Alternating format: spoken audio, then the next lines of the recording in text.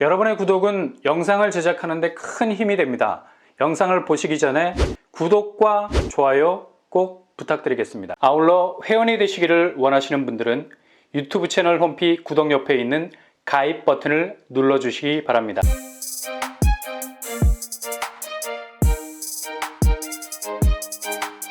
안녕하세요. 뻔뻔한 복독방입니다. 2003년 이래로 아마도 최저점을 찍었다 해도 과언이 아니죠. 서울 수도권을 포함해서 전국의 집값이 최대 낙폭을 기록했습니다.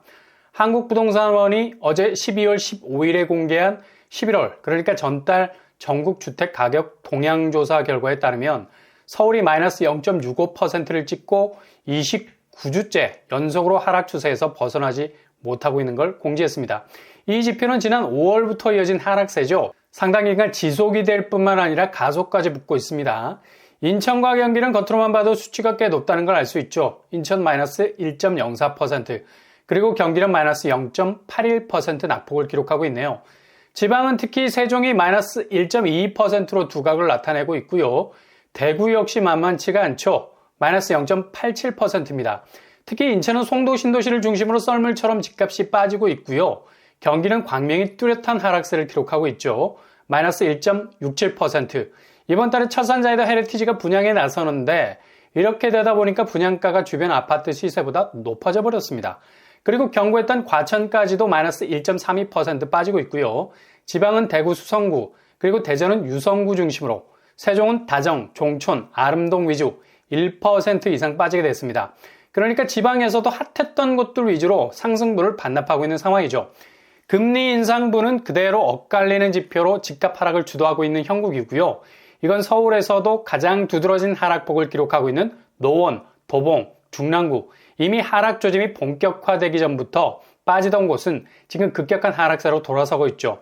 송파구는 잠실 위주로, 강동구는 고덕, 암사, 둔촌 중심으로 마이너스 0.62% 정도로 하락세에 제대로 된 엑셀을 밟고 있습니다.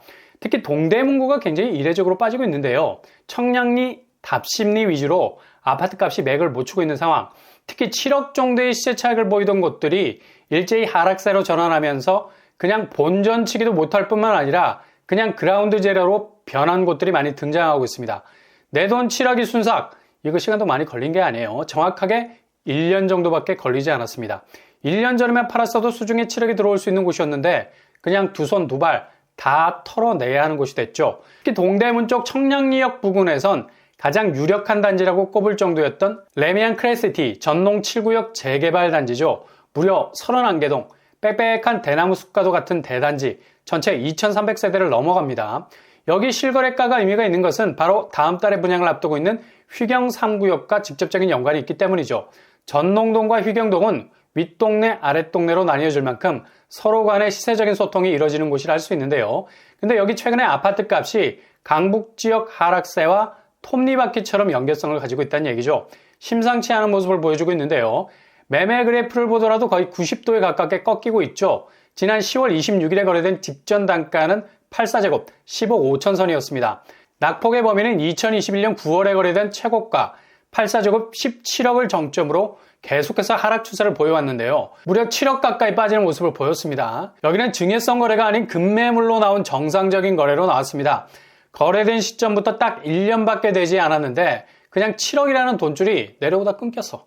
아니 무슨 부동산이 주식도 아니고 순식간에 이렇게 수억씩 공중분해가 되어버린 것이 믿기지 않을 정도죠. 아파트 교통환경은 지하철 동선이 부채살처럼 뻗어갈 수 있는 청량리역이 도보권인 아파트를 할 수 있는데요. 근데 왜 이렇게 하락장이라는 한파에 여지없이 무너지고 있는 시세를 보이고 있을까?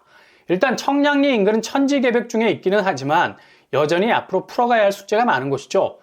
낙후된 곳들이 순식간에 눈에 들어오는 곳이기도 합니다. 학군 자체도 초딩들은 학세 혜택을 받을 수 있겠지만 이후 중고등학교 학군이 조금은 애매한 면도 있고요. 청량리역이 수인분당선, 경의중앙선, 아주 멀티하게 지하철 노선이 지나지만 실제로 시간적인 텀이 길어요. 시간을 잘 맞춰야 탈 수 있는 라인들이고요. 1호선은 서울 업무지구와의 연계성이 다른 노선보단 조금 떨어진다 봐야죠. 확실한 역세 환경이지만 이런 디테일이 조금은 떨어지는 면이 있어서 하락장 속에서 상대적으로 고전을 면치 못하는 부분이 분명히 있다 할 수 있겠습니다. 가뜩이나 입지가 좋은 송파나 강동도 어려운 판에 조금은 애매할 수 있는 동대문 쪽, 특히 청량리 쪽 대단지가 끝까지 버텨낸다는 건 힘겨운 일이죠. 그리고 전농동 레미안 두 번째 단지, 바로 레미안 미드카운티가 버티고 있죠. 여기도 규모가 1000세대가 넘어가요. 1009세대. 그리고 답심리 18구역을 재개발한 단지죠. 레미안 크레시티보다 5년 정도 늦게 지어진 비교적 신축에 들 수 있는 단지라 할 수 있겠습니다. 그럼에도 불구하고 고스란히 상승분을 반납하고 있는 분위기. 최근 84제곱이 10억 3천에 거래가 됐습니다. 낙폭은 2021년 8월 최고가 15억 5천을 찍고 계속되는 하향 추세를 보이고 있죠. 여기도 불과 1년 안에 5억 정도 하락을 했네요. 청량리역이 도보로 접근 가능한 곳이고요. 청량리 주변 개발 훈풍을 그대로 흡수할 만한 곳이라 할 수 있죠. 그러나 역시 약세장의 영향을 그대로 받을 수밖에 없는 상황이고요. 4년 정도 된 신축이라 하락폭이 5억대인 것 같은데 향후 동대문 쪽 집값이 부동산원 지표에서도 나와 있듯이 조금 더 하드하게 진행이 될 것 같습니다. 노도강의 완연한 하락세를 그대로 이어갈 가능성 높다는 얘기죠. 일단 레미안 크레시티와 미드카운티는 비교적 청량리 쪽의 정신없는 인프라 환경과는 달리 상당히 깔끔하게 정리정돈이 돼 있는 곳입니다. 경쟁력이 있다는 거죠. 그래도 상당한 약세장의 영향을 받고 있는 상황이고요. 구축을 노리신다면 조금 더 저점을 찍는 시점까지 기다리시는 것도 방법일 수 있겠네요. 그리고 동대문에 또 하나의 레미안이 있죠. 바로 레미안 위브. 여기는 9년차 된 연식이 조금 있는 아파트라 할 수 있겠습니다. 그러나 규모 면에서는 레미안 크레시티와 어깨를 나란히 할 만한 2600세대가 넘는 대단지를 할 수 있겠는데요. 이것도 지난달 11월에 84제곱이 10억 5천에 거래가 됐는데 최고가 작년 7월 거래가가 10억 5천이었죠. 상당히 낙폭이 크다는 걸 알 수 있고요. 일단 레미안 위브는 크레시티와 미드카운티와는 달리 답심리역 주변으로 낙후된 환경을 가지고 있는 곳입니다. 이런 이유 때문에 향후 거래에서도 조금 더 가격대가 밀릴 가능성이 많은 곳이죠. 그래도 청량리 개발 수혜를 그대로 누릴 수 있는 대단지이기 때문에 가능성은 있어 보입니다. 이렇게 동대문 쪽 레미안 3총사들 중에 크레시티가 이번 거래에서 1년 만에 7억이 빠져버리는 하락세를 주도하고 있는 상황이어서 여타의 미드카운티, 레미안 위브 역시 그 하락폭이 더 커질 것으로 예상이 됩니다.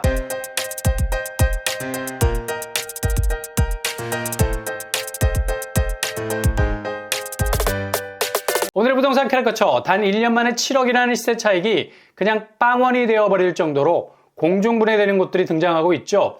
물론 최초 분양가보단 여전히 지금 시세는 2배 정도 비싼 상황. 그러나 내년 하반기까지 얼마나 하락폭이 이어질지는 미지수죠. 동대문 쪽 하락세는 앞으로 더 그 낙폭이 커질 것으로 예상이 됩니다.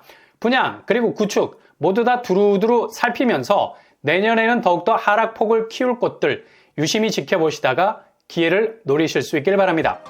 항상 여러분의 길이 꽃길만 되실 수 있길 바랍니다. 이상으로 뻔뻔한 복덕방을 마치겠습니다. 구독과 좋아요 부탁드립니다. 감사합니다.